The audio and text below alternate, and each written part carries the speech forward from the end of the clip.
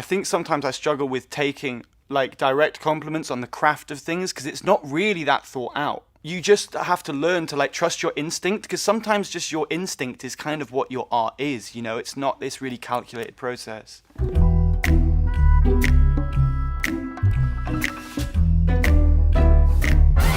It's harder to be really sincere because you have to be really human and you have to be really soppy and a bit of a sigh and you have to be a bit soft, do you know what I mean? And it's easier to be ironic in the face of those situations. It's easier to like take the piss out of it or like be really sardonic. It's just something that I really noticed and I kind of wanted to denounce.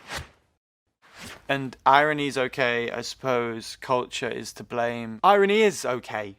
Like, it's fine. It's a tried and tested way of not really dealing with stuff. It's harder to be really sincere. It's harder to be soft and vulnerable in the face of, you know, earnestness. Like, it's serious shit. You try and mask your pain in the most postmodern way. Well, I suppose the tropes of postmodernism in pop culture are irony, self-reference, self-awareness within the form. So like a character that knows it's a character in a movie. My whole thing is that I know I'm within a song. I'm a writer within a context that exists outside and within these kind of things. Those acknowledgements within art are very postmodern ideas. You lack substance when you say something like, oh, what a shame. It's just a self-referential way that stops you having to be human.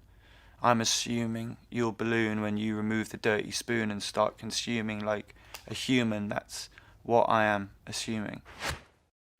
And I'm sure that you're not just another girl, and I'm sure that you're going to say that that was sexist. It's like, if you're like a bit of a rapey dude or whatever, you should be scared about Me Too. But I'm not really worried about those kind of things because I'm just not really like that. There's this spoken of fear, like what can I say? What can be said? What can I do around women? Like the answer is appropriate things.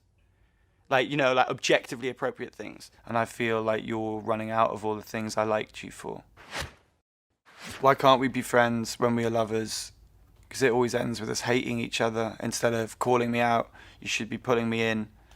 I've just got one more thing to say. It's so easy to expel all of your insecurities onto the people that are closest to you. I think it is a reference to a reversion to a more forgiving set of social circumstances where an apology is accepted. And why would you believe you could control how you're perceived when at your best you're intermediately versed in your own feelings? Like social media breeds us to be incredibly insecure beings. My self-esteem isn't really wrapped up in social media because my relationship with social media is kind of like, this is what I do. Whereas for a lot of people, and like young people especially, it's like, this is who I am. Like, that's fucking brutal. Keep on putting off conceiving. It's only you that you're deceiving. Oh, don't have a child. Don't cramp your style. I'll leave it.